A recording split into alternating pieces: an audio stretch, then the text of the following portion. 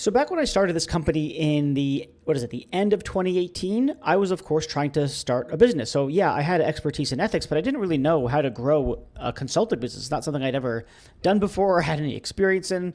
And I started working with this guy. This guy's name is Robert Souza. And his job was really just to make introductions for me. But before he started to work with me, he wanted to know, is anyone interested in what this guy does? AI ethics? What the heck is that? He didn't know much about what AI was. Remember, this is 2018, maybe early 2019. He doesn't know anything about ethics. Of course, he's not an ethicist. And he wanted to know, if I take on Reed as a client to introduce him to people, is this the kind of thing that people are going to want to talk to him about, hire him for, and that sort of thing? Because he doesn't want to waste his time, of course. So he sent out a bunch of emails to say, hey, I've been talking to this guy, Reed. Here's what he does. Is this relevant? Does this make any sense? Is this on anyone's radar? And within 5 minutes, he received an email back from this guy named Jaahred Thomas. Jaahred is a founding partner at a VC firm called Connectivity Ventures Fund. Turns out that they invest in Series A and seed startups, especially in the future of workspace. Anyway, Jaahred wrote back to Robert within 5 minutes of Robert sending out this sort of blast email and said, yes, this is great. This is amazing. I want to talk to this guy. And to make a long story, or maybe it's even just a medium story, a little bit short, I wound up meeting Jaahred. We really hit it off. And he misrepresented the VC space to me because I thought, oh, interesting. The VC space is interested in AI ethics. Turns out it was mostly just Jaahred, but he was very interested and we hit it off. We haven't done any work together, but we've shared a bunch of lunches and coffees and we chat about AI and ethics and that sort of thing. You fast forward years at this point to just, I don't know, a couple of months ago, maybe even just a month ago. And Jaahred reached out and he said, so we want to do this sort of presentation to the people who invest into our fund. And we want to tell them about the AI ethics space and how it's evolving and where it's going and how it affects the startup space and the investment space and the companies to which our portfolio companies are trying to sell. Would you mind if we had a chat about that? And I said, sure, but you know what? I suspect that a lot of people would like to hear that conversation. So why don't we just record the conversation?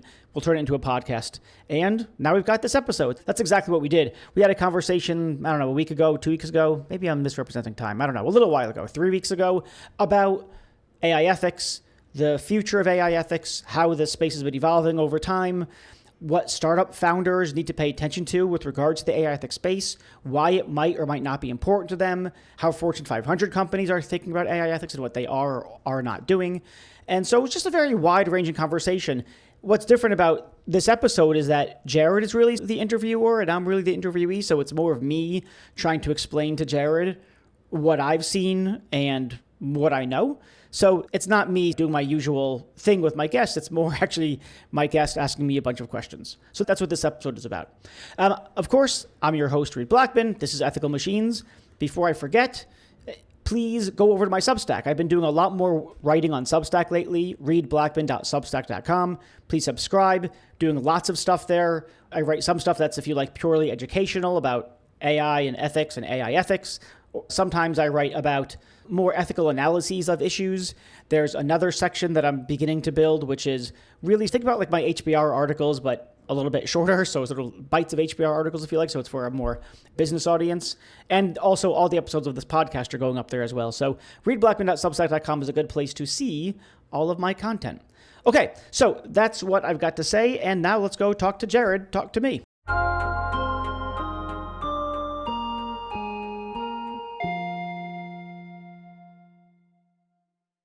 All right, so Jaahred, you're a VC guy who wants to talk AI ethics. So let me know, what do you have on your mind? Yeah, just very high level conversation about some things that we at Connectivity are just trying to understand and analyze so we can at least identify some of the potential risks that lay in front of us, not only in the market, but in what we do and what we invest in. And we're seed Series A stage fund that invests in the future of work. We look at the future of work as horizontal strategy across every vertical.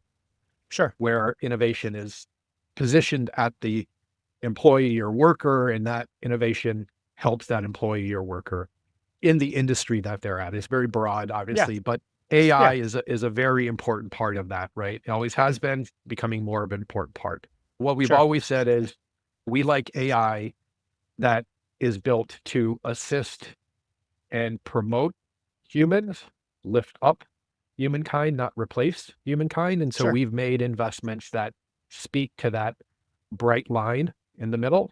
And along with that, then comes a conversation around ethics, because that in itself is an ethical point. And because we're saying that, we like to understand some of the ethical landmines, playing field, etc., as we go Yeah. forward. Not only so we can make sure we're doing the right things with our dollars, but also so that we can understand at some point where larger risks exist for the industry if we do believe, like we do, that ethics will at some point matter as it relates Yeah. to this, right? Yeah. And when I look at 2025, we've obviously seen a ton of money spent on building. We're getting to a really interesting place with a lot of these LLMs. We've seen some of them do some really bad things. We see some of them do some really great things, but there's no question Yeah. that it's actually being adopted in a broad scale. Could be a situation this year where we see a lot of IPOs of AI companies. Like, it could be a situation in 2025 where things really get exciting for the Interesting. technology. Yeah.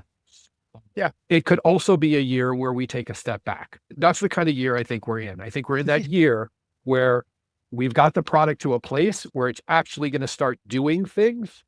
And Yeah. depending on how it is and where it's placed, we could get some really bad headlines as well. And if that's the Sure. case, Yeah. we could actually have a slightly down year, or a year that doesn't grow as fast as people expect. And Yeah. so that's the high level of what I'm trying to understand across the board of the platform, the technology, the people. But as it relates to what you're doing, specifically in the category of ethics, what are some of the questions that we might find ourselves in front of as we get through the year? What are some of the things that are being discussed as it relates to ethics as some of this stuff is being developed? And where are some of the opportunities in understanding better some of the questions that I just mentioned? Yeah. So is part of the thought, I think I know the answer to this question, or this is sort of a vague question, but are you thinking sort of from the perspective of the founders in whom you invest? What are their potential clients going to ask them? If they're a startup and they're trying to sell into enterprise or something along those lines, what are the kinds of questions that they should anticipate and thus, design around or build around? Are you thinking from that perspective? So, Are you thinking of, hey, I'm a good person, I don't want to do a shitty thing. How do I make sure we don't do shitty things? yeah, so the answer is yes to both of those things, right? But mostly the prior question, which is, what are our startups having to consider or Yeah. should be considering? Yeah. Which in a way actually ends up being something that we would want to see someone doing before we're really interested, Yeah, sure, right? So we sure. want to make sure that these companies are positioning themselves in front of something rather than behind something. Yeah. So there's a couple of things. I mean, the first sort of obvious thing that springs to mind is they'll probably have to think about the EU AI Act insofar as they're looking for clients that are large, international, whether they're based in Europe or not, they're doing business in Europe. Is the AI that they're trying to sell to the client, is it going to fall within the purview of the EU AI Act? And if so, are they going to lend themselves to being compliant with the AI Act? Like, can they speak to their client about, we know what the EU AI Act requires. Don't worry, our stuff doesn't raise any red flags. Here are the prohibited things by the European Union AI Act. You're familiar with this Yep. thing? Maybe you're High level. Sure, that's fine. Well, there are some things that are banned. There's some things that are prohibited by the regulation. And so at a bare minimum, some companies have to be able to say, and no, we're not building something that's incompatible, that's non-compliant with the list of prohibited use cases for AI in the EU AI Act. Or if they are, then don't sell in the EU and know that you're limiting your market to some extent. Right. Maybe it's not a limitation that you care about, but it might be a limitation. And then other than that, I would, in addition to that, rather, I would think that they would have to be able to, or would benefit them to be able to articulate either A, that it's not a high risk AI. So there's a category of the AI Act that essentially says at a high level, stuff that's high risk, what they label as high risk, that needs extra assessment, extra due diligence, extra work, extra monitoring, that sort of thing.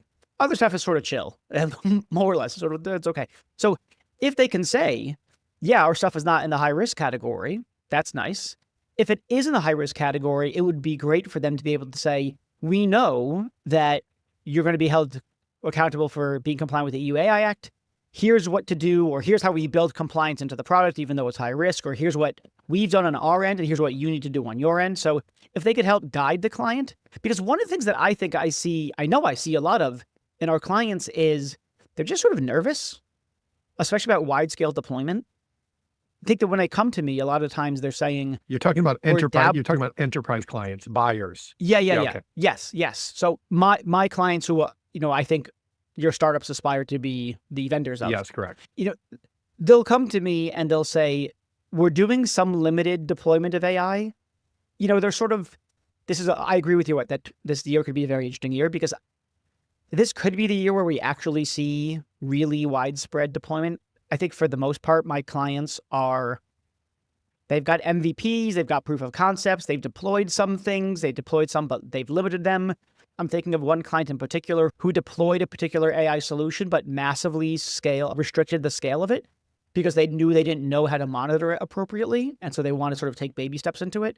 And so if your startups could go to those enterprise companies and say, listen, we've already sort of done this work for you as much as we can do on our end. And here's our recommendations about how to integrate our software with what you do in a way that's compliant with the EU AI Act. I think that would do a lot. I've got clients, but I don't have every company, right? And I know that my competitors out there, whether it's, some big, massive consultancy or another boutique consultancy like mine, I would say probably less than most people don't have robust AI ethics efforts or responsible AI efforts or whatever you want to call it. In your client pool. No, I think in the set of all possible clients. Yeah, okay. I think most people aren't doing shit, but some of them still have enough sense to know we should be doing something or we got to be a little bit careful here.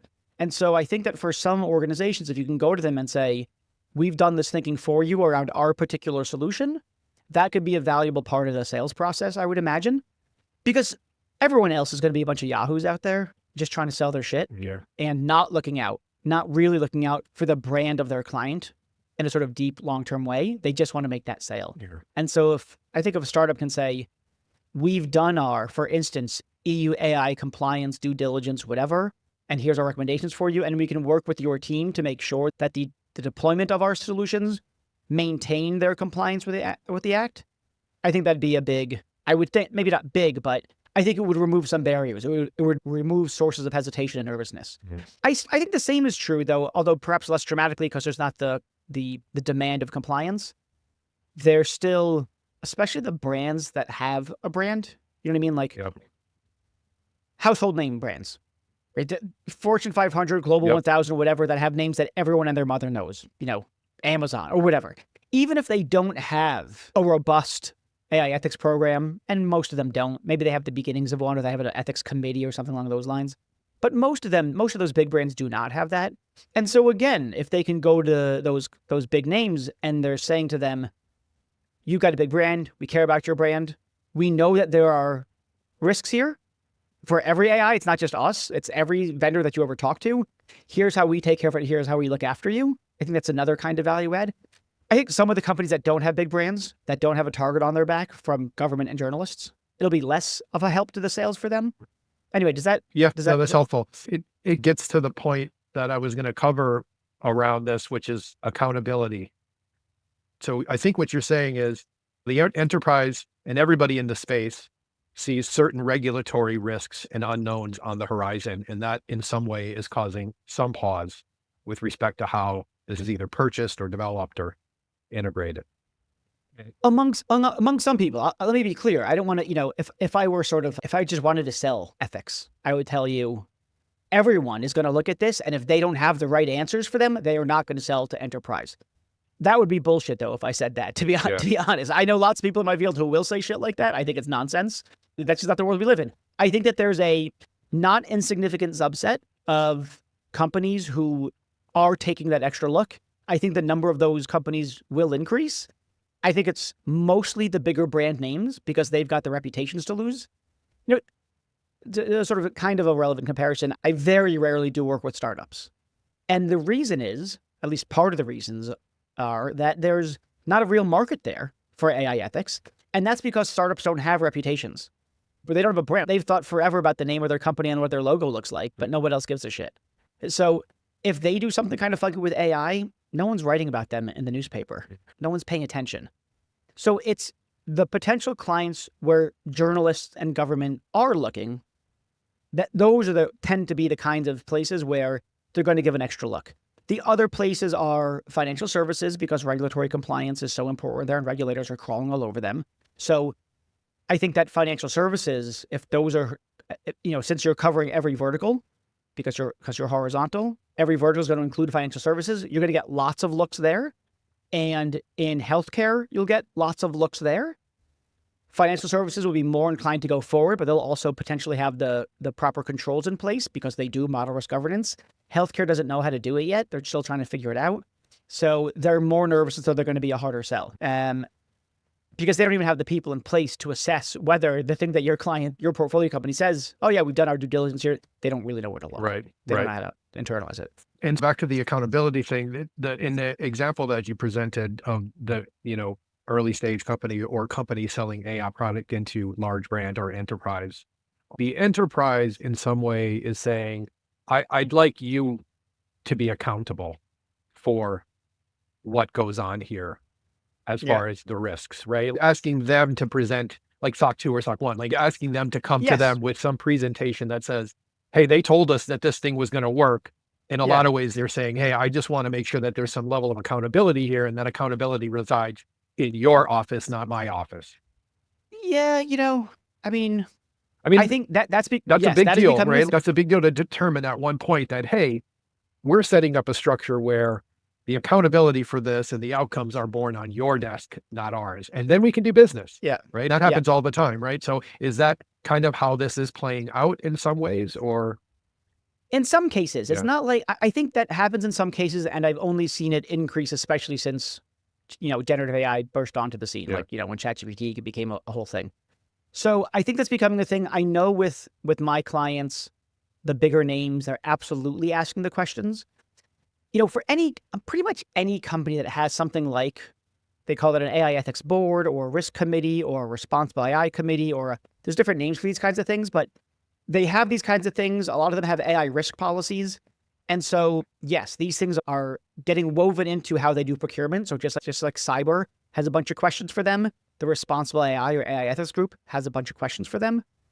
I don't think it's at the scale of cyber, right? So everyone knows SOC 2 compliance, whatever. People don't know what the hell that means. They sort of know it's a thing. And so we're not there yet with AI ethics. And I don't think we will be, where it's as sort of commonplace as cybersecurity, not for years. But for those bigger brands, they definitely care. And I'll give you one more example that springs to mind. I gave a talk to the board of directors of a Fortune 500 healthcare company. I didn't do any sort of more work for them. I spoke to their board of directors, sort of an educational thing where they kind of freaked out a little bit. Actually, it was funny.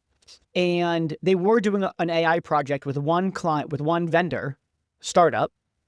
And they actually had done, because the CTO there, he's on the ball.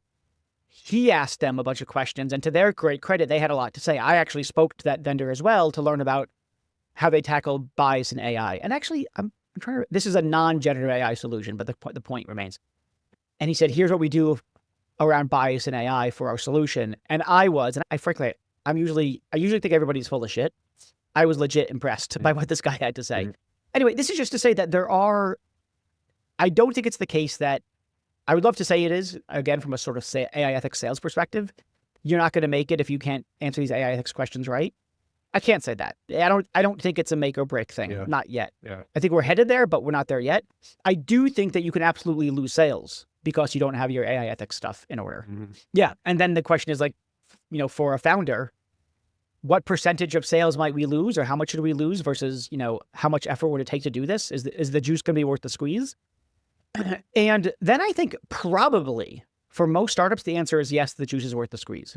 And the reason that I think that is because they're talking about a handful of solutions that they've developed. Maybe it's a solution, it's a piece of software, AI-enabled software, whatever you want to call it. And for them to do their extra due diligence and design and refinement of it from an ethics perspective is mostly not a very heavy lift.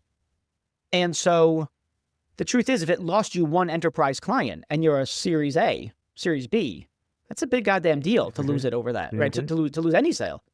And because I don't see it, the amount of resources it would take, and I'm including the dollar amount it would take to sort of, for a startup to do their ethical risk due diligence, to have something smart to say to their client, it's not expensive. It's not a lot of resources, and the payoff could be big. Yeah, you're talking about security. If I go back in time to when enterprise security products were being developed and implemented, there was this period where the enterprise was buying, some of it was shelfware.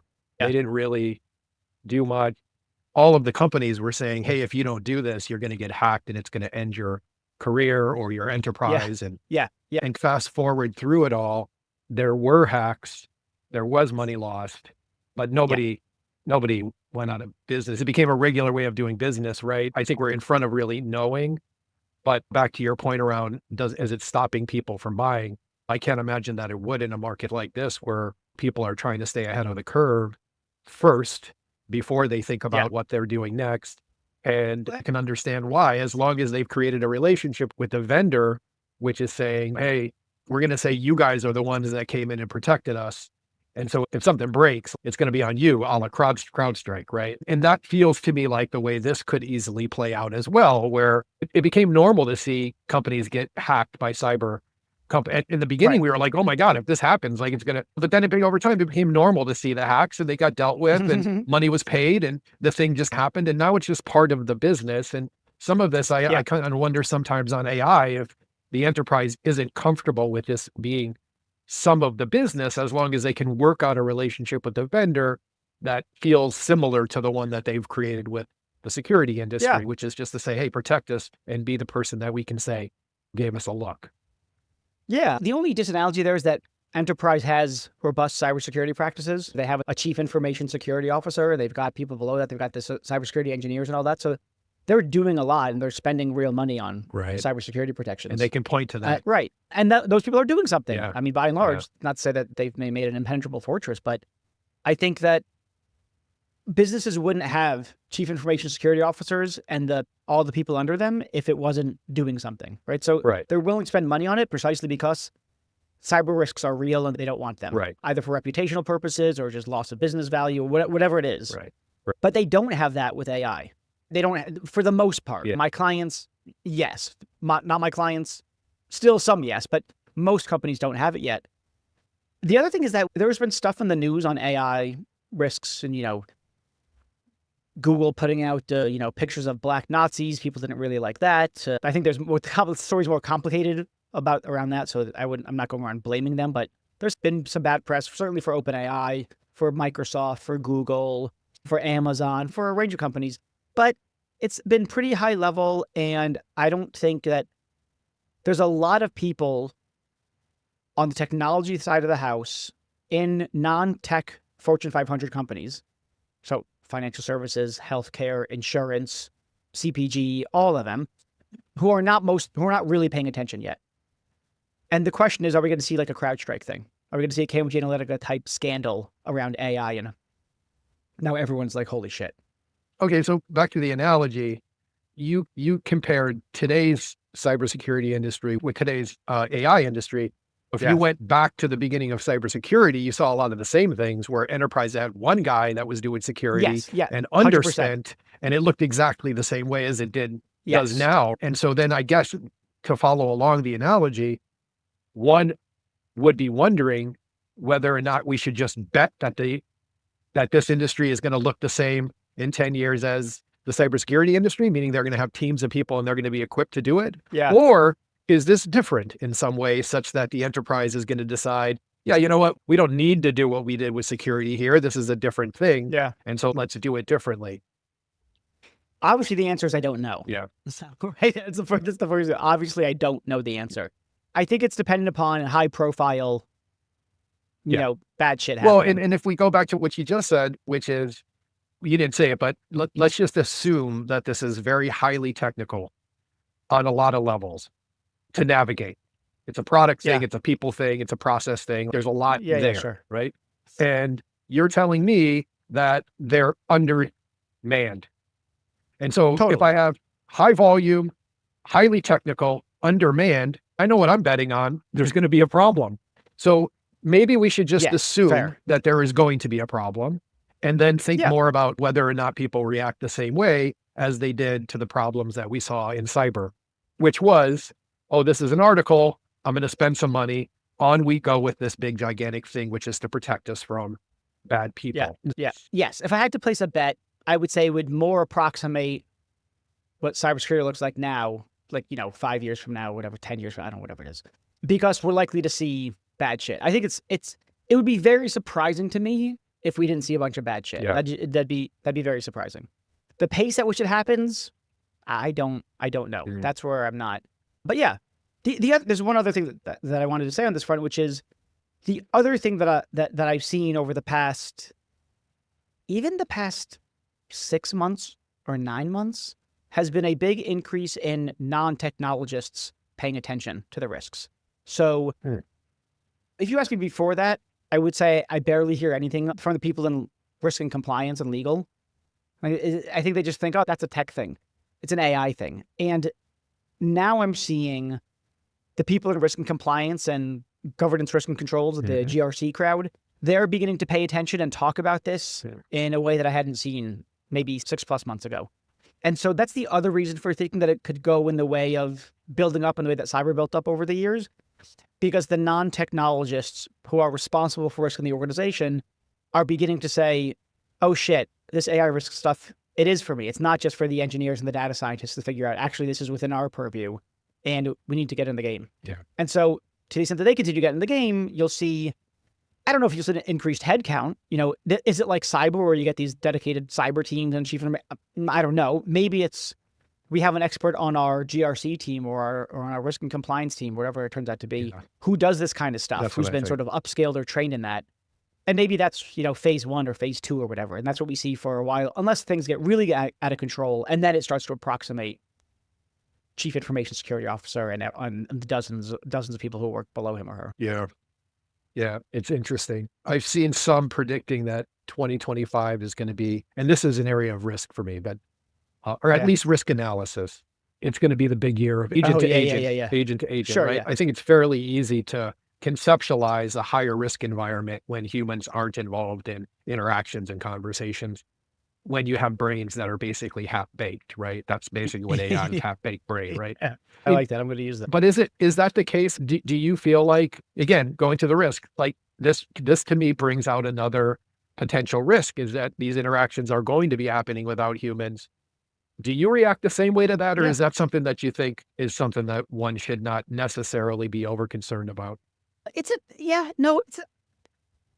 So here's the thing with sort of ethics and agentic AI and really AI in general. And I'm sort of quoting myself from an article I put out not too long ago.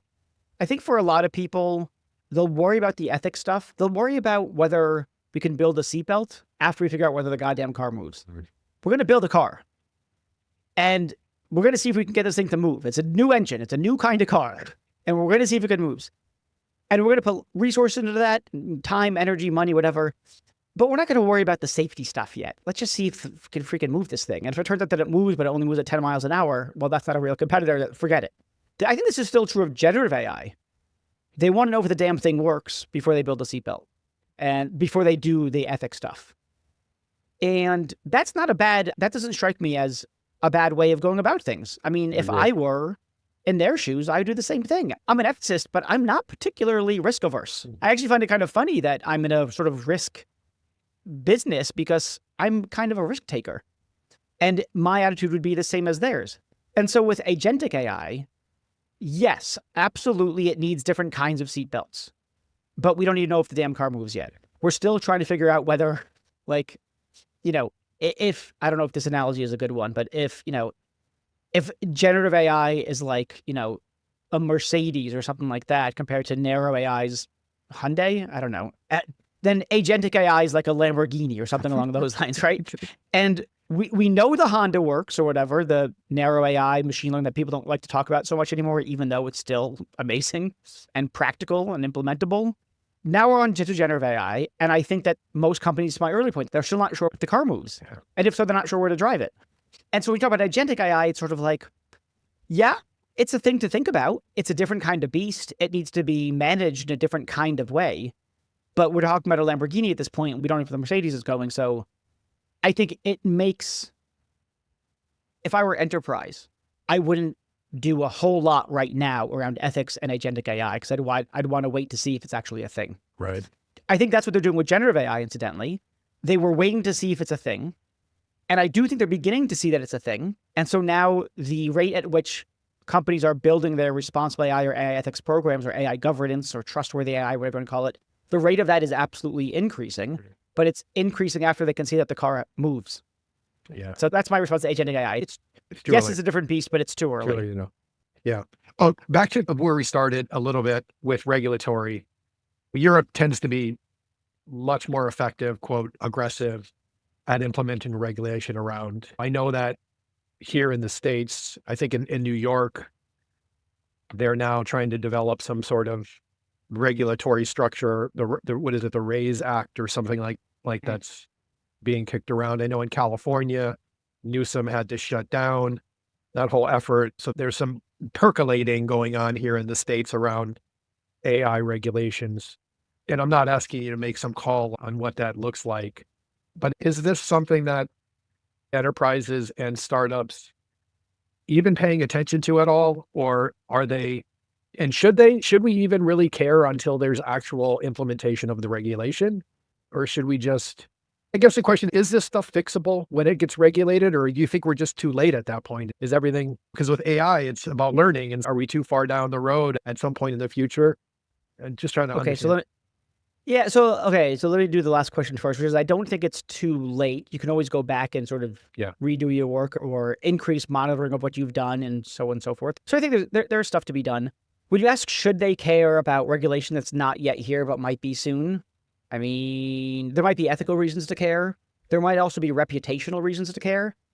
If it's me, honest, if I'm being just blunt, honest, if I'm a startup founder, I would say, I don't give a shit. Let me know when I have to care and I'll care. Yeah. But until then, I'm a startup. I've got limited funds. I'm trying to make something work here. I'm trying to make something from nothing.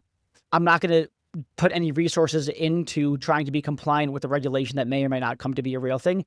And honestly, if I'm even being more honest, I'd say, I don't give a shit. Let them pass the regulation.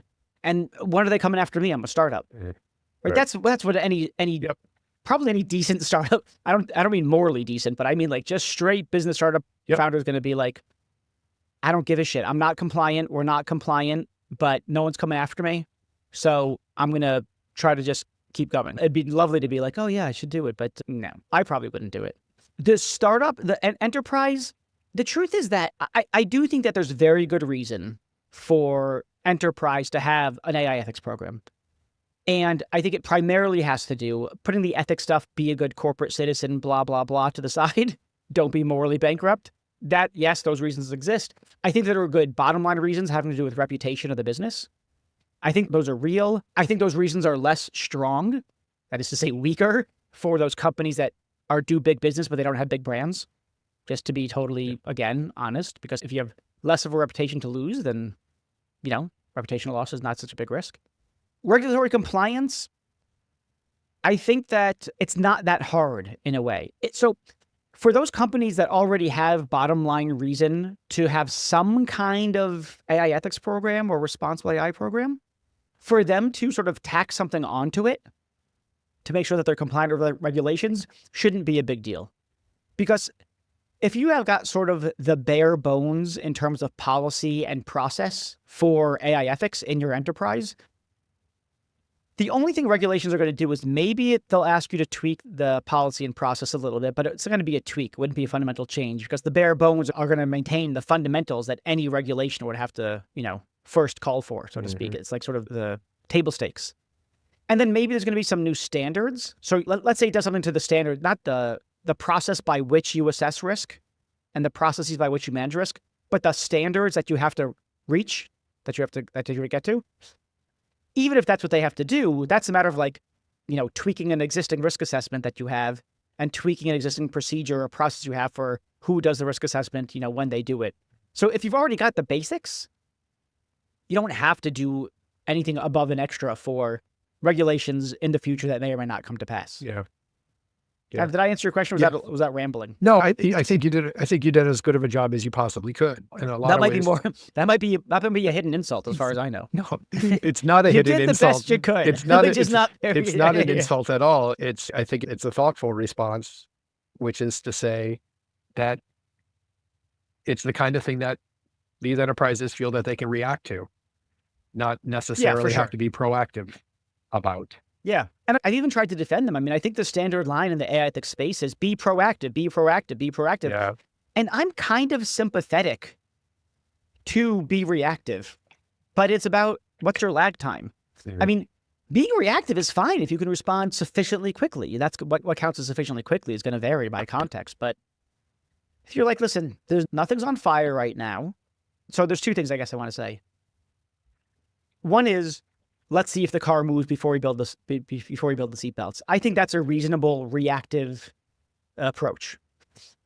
That said, I do think that you can have things in place such that when you need to be reactive, you can do it efficiently. So, for instance, it makes sense to have something like an AI ethical risk committee or board or whatever within the enterprise, which can handle those things as long as it comes slowly dripping into the organization, which is what AI, especially generative AI, is doing right now. It's coming in drips. Yep. And then you just say, cool, we don't need to scale this to some giant, cybersecurity akin program because we're just not there yet. But that committee should have sort of, trigger points at which they're like, you know what? We can't handle this anymore. It's not drips anymore. It's, what the hell is a drab? Drips and drabs? Is a drab more than a drip? What the hell? I don't know what a drab is. It's coming in buckets. Okay. Now it's coming in buckets and not drips. And we can't handle it anymore. But we've done enough. We've laid enough of the groundwork dealing with the drips that we can now be reactive to the buckets in a sufficiently quick way. And now we're going to start scaling it and putting in more efforts or resources into our ethics program. So that's sort of like a little tiny bit of proactiveness, saving most of it for the reactive. And I think, again, that's a fine thing to do. One of the things that people like to say in the ethics space is it can't just be a bolt-on. It has to be part of the fundamental AI strat. And that sounds fucking great. That sounds great. Like, yeah, it's not a bolt-on. It's from the core. Bolt it on. At least to start. Yeah. Yes, eventually increasing integration with everything else you do, including your fundamental AI strategy. Yes. It doesn't have to be that out of the gate. Out of the gate, it can be a bolt-on, and then you figure out how to make it, if and when the time comes, then you figure out how to weave it into the central components or the core of your AI strategy. But a bolt-on for now is fine, I think. Yeah. Well, I should say, for many companies, there are some companies who might already be taking AI on in buckets and whatever is more than a bucket. And then, yes, for them, it makes sense to scale up in a more robust way. Yeah. How, just more around just understanding how you're working within the industry, how are enterprises engaging with your practice as a, indicator of how they're thinking about the seriousness of this, right? Is it project oriented every once in a while? Are you retained for a long period? This is personal stuff, but are they asking to hire you? Kind of, what does it feel like from an engagement perspective? I don't know if this number is exactly right, but like 9 times out of 10, they've already had some kind of efforts. They've already been doing stuff on the AI ethics front, the responsible AI front. And they've done what they could, and now they don't know where to go next. I actually wrote an article with my partner Ingrid recently in HBR that was, we've done all these maturity assessments. That's one of the things they bring us in for is, can you take a look at what we've done and tell us where we are in the maturity scale and what we're supposed to do next? And we always find the same thing, which is they have either a draft of a policy or maybe it's always at most a draft of a policy. It's never a complete, board approved policy. They have some kind of ethics statement that says the things that you would expect it to say, where for fairness and transparency and accountability and privacy and stuff like that. And then they've got this really in the weeds risk assessment, like model specific or at the model level assessment. And they have some kind of a committee or a working group. And then they're like, what do you do now? And they're usually missing all the stuff in the middle. They don't know how to design metrics for measuring any of this stuff, which if you're a Fortune 500 company, you need because shit's everywhere. How do we get a grip on how much AI we're actually having in the business, and are we keeping track of it, and are we monitoring it in the way that we need to monitor? So they don't know how to do metrics. They don't know how to do training. We do a lot of training, whether it's like AI Ethics 101 or 201A for their data scientists and 201B for their people in human resources. What do the people in HR versus data need to know about AI and risk, and what do they need to do?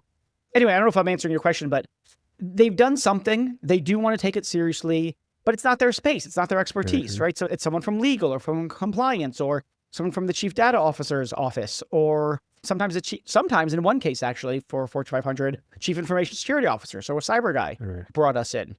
And they just really don't know. They know they need to do some stuff. They're just not sure what to do. And one of our clients said this line that I use again and again and again, which is, nothing is on fire, but now I feel like everyone is holding a flamethrower. And it's the people who have that kind of sense. They're like, Reed, can you assess what we've done so far, give us feedback, and then help us design the strategy or design the framework or the procedures or the metrics or the training or the whatever. So, yeah, did I answer your question? Yeah. So it's not like a retainer thing. It's always a project. It's like, okay, here's the project. We will help you design from A to B, everything that we think is, you need to design for an enterprise-wide AI ethics program. In some cases, we'll stay on it and we'll help them with the implementation. Usually we don't, which is fine by me. And sometimes the engagements are a little bit smaller where it's like, we're happy with our policy, we're happy with our statement, we're happy with this, but we really just have no idea how to do metrics. Can you just help us design metrics that fit what we've designed so far for AI ethics metrics? So we'll do that. But it's always project-based. Interesting. Sometimes retainer, but very, very rarely. Yeah. I'm glad you brought up the cybersecurity guy, because it was a question that I wanted to ask. Everybody's talking about kind of the big thing is going to be AI with the bad actors is going to be used to get into all the enterprises and wreak havoc and steal a bunch of things and screw up a bunch of the AI models and all of this stuff. And I know that enterprises are considering this battle. Again, this is the agent thing, right? It's let's develop our own to fight the other one. And I was going to ask you about whether at one point it was the future of this, that this actually resides in the cyber team at the enterprise or not. But in that specific case, is the idea here that they were considering ethics as they were considering developing their own agents to defend them? So was it about ethics in that agent, or was it really just, again, back to what you were talking about earlier, just helping them understand how to? Yeah, for that kind in particular, is that they like had a draft policy. I think that's all they had. They had a draft policy. I don't know if they had anything else. I think they had a draft policy. I'm trying to think about what else they had. If they had other stuff, it wasn't much. And they just didn't know how to make progress. Luckily, the person spearheading their efforts is a super smart lawyer. And she was just like, this is what I have. I know this isn't right. Please tear it apart, rebuild it, and tell us what we should be doing. And so we did that, and she was really receptive. And, we said, here are the 10 decision points. And she said, okay, I got it. Yep. For this, let's do this. She made decisions. She was amazing. Sorry, I think I lost track of the question. One thing I wanted to say, and I don't know if this speaks to your question, but I think it does, which is that the cyber threats, those external threats, very rarely is that stuff married to AI ethics efforts. If you look at the frameworks, the quote unquote responsible AI frameworks by the big consultancies, they'll include cybersecurity in there. And it's kind of BS because, again, like 9 times out of 10, the AI people who are doing the AI ethics stuff are over here. The cybersecurity people are over there. And they're like, we're doing this AI ethics, responsible AI thing, but the cyber people do their own thing. Like they're over there, we're over here, and we don't talk to them that much.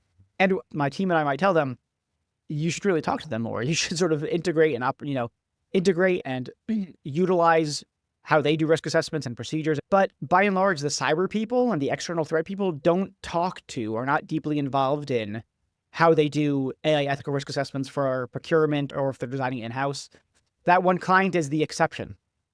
Others, again, I would say 9 out of 10 don't have cyber as integrated and they're not interested in integrating. So it's a function of how the enterprise, they're like these behemoths that have been around for decades, generations, and they operate the way they operate. If cyber lives over here and privacy lives over there and, privacy from a regulatory perspective, compliance lives over here, and then AI lives over there and they don't really talk to each other, then it gets really hard to not have the AI ethics program similarly siloed. Makes sense. Interesting. Yeah, it's kind of weird. It's kind of weird because you think like, here's how I would have thought as an academic when I was one.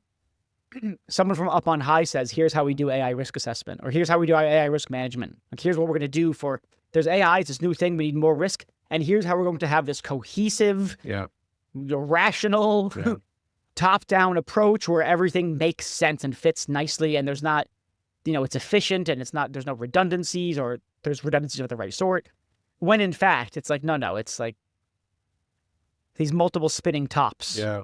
Are in the same. To me, that more reflects a lack of kind of real understanding of what the product truly is, right? Like generally, if the enterprise truly understands what they're doing in a space, they will create those structures around dealing with it. But I think the way that AI's made it into their enterprise, some over here, a little over here, Yes, some guys totally. playing around up here, and they know I have to be in it. I think it's out of their kind of organizational design to really figure out how this works. But at some point they will, or it'll figure out how to work on them. Yeah. I think that most companies will be forced to it, either through regulatory compliance or the really bad shit that happens in the news.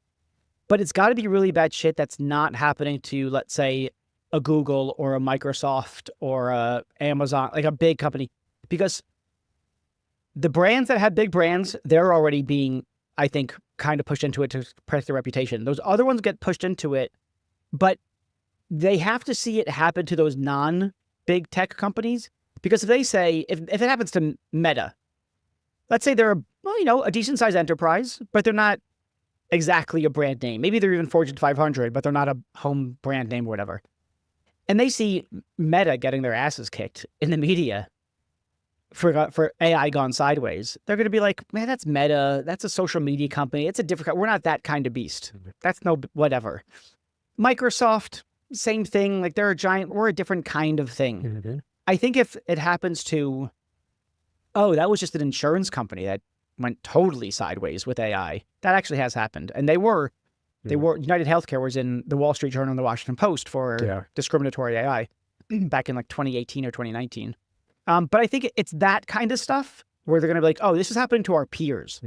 So once it starts, not when it happens, big headlines, splashy headlines on these giant tech companies, but when it's headlines about more non-tech companies, I don't know what else to call it, that's when I think companies will be like, oh, we need to do this right. We need to do this now. Right.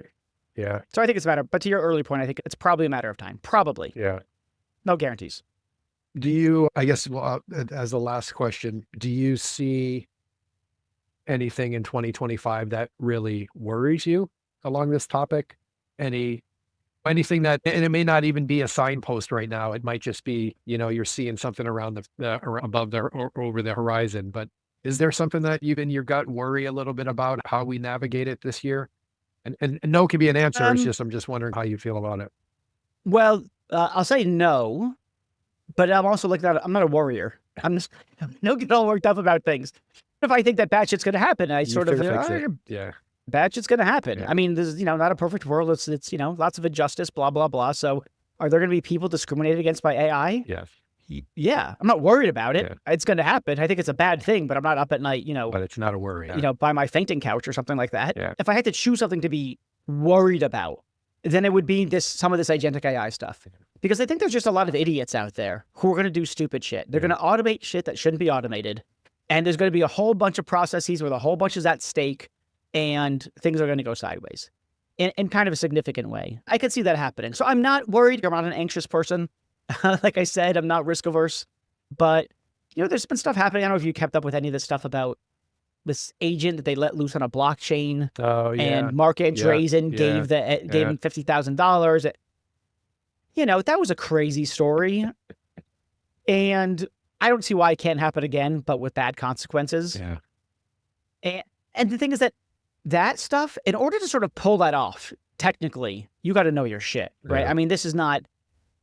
But the problem with the people who really know their shit from a technical perspective, they often don't know their shit from like a humanities, ethics, responsible perspective.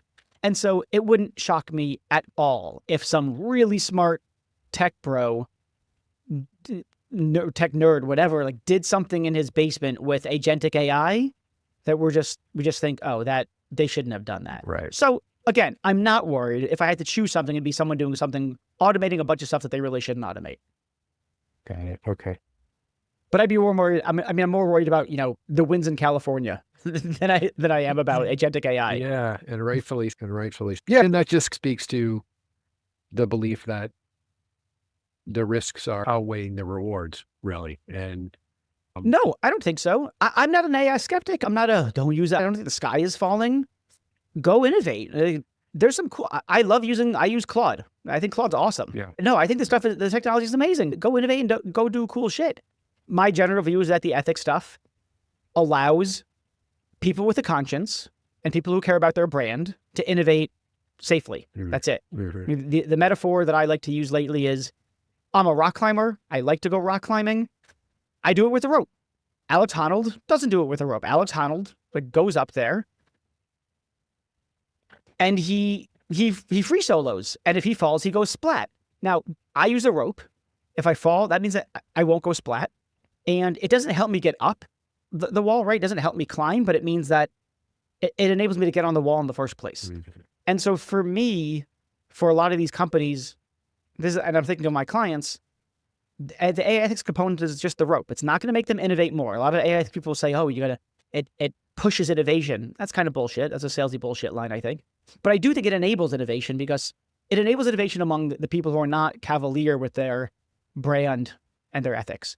Meta, I don't think Zuckerberg gives a shit. I think he wants to make a lot of money, and it's not going to enable him to innovate because he wants to move fast and break things. For the Fortune 500 companies who can't financially outrun the kinds of fines and reputational loss that Meta suffers from time to time, they need a rope to enable them to climb. So I'm a supporter. I think AI ethics is an enabler.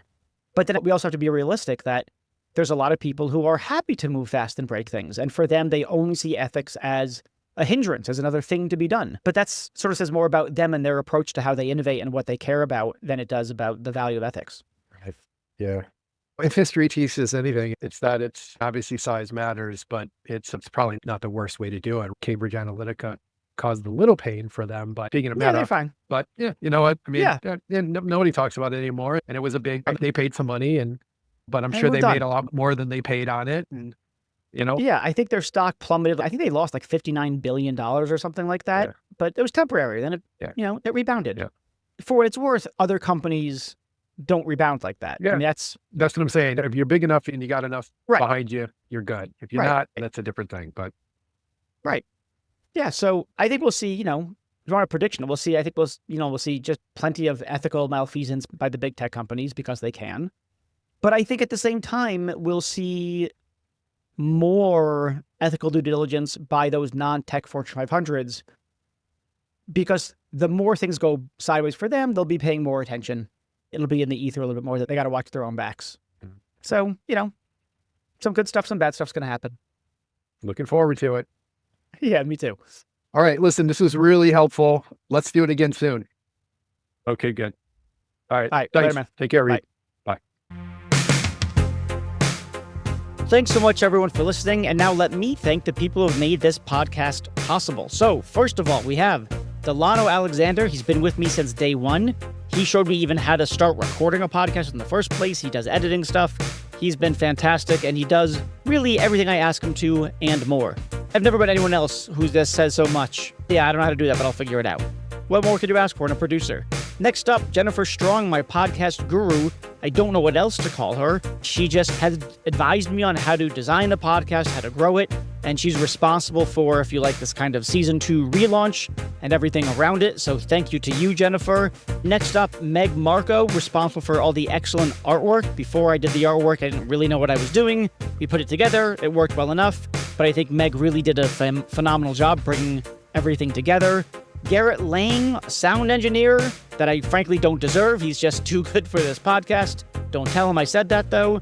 Next up, Benjamin Koltgen. He is a professor of philosophy who has helped me source guests, identify who's interesting, who has things to say, etc., etc. So without him, I wouldn't have anyone to talk to. And then finally, Ashley Wasilenko, who helps with all manner of administrative things, making sure that the podcast guests find their way to the podcast, can schedule the recording, get their bios and headshots, and really just keeping the show on the rails and me organized. Thanks to all of you. Really appreciate all your hard work.